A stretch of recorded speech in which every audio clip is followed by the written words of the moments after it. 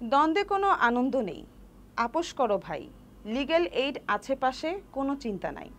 এই প্রতিপাদ্যকে সামনে রেখে উৎসাহ উদ্দীপনার মধ্য দিয়ে ফরিদপুরে যথাযোগ্য মর্যাদায় জাতীয় আইনগত সহায়তা দিবস পালিত হয়েছে।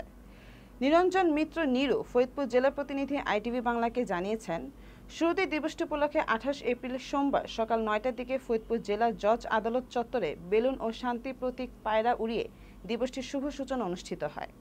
পরবর্তীতে ফরিদপুরে জেলা লিগ্যাল এইড কমিটির চেয়ারম্যান এবং সিনিয়র জেলা ও দায়রা জজ মোহাম্মদ জিয়া হায়দার এর নেতৃত্বে জেলা জজ আদালত চত্বর থেকে একটি বর্ণাঢ্য র্যালি বের করা হয়। র্যালিটি শহরের গুরুত্বপূর্ণ সড়ক প্রদক্ষিণ করে পুনরায় আদালত চত্বরে গিয়ে শেষ হয়। র্যালিতে অংশ নেন ফরিদপুরের জেলা প্রশাসক ও জেলা ম্যাজিস্ট্রেট মোহাম্মদ কামরুল হাসান মোল্লা সহ জেলা পুলিশের ঊর্ধ্বতন কর্মকর্তা, বিচারক মণ্ডলী, জিপি ও পিপি, এনজিও প্রতিনিধি, জেলা লিগ্যাল এইড কমিটির সদস্যবৃন্দ, আইনজীবী সমিতির সদস্য, আইনজীবী সহকারী সমিতির সদস্য, প্রিন্ট ও ইলেকট্রনিক মিডিয়ার সাংবাদিকবৃন্দ সহ অন্যান্য ব্যক্তিবর্গ।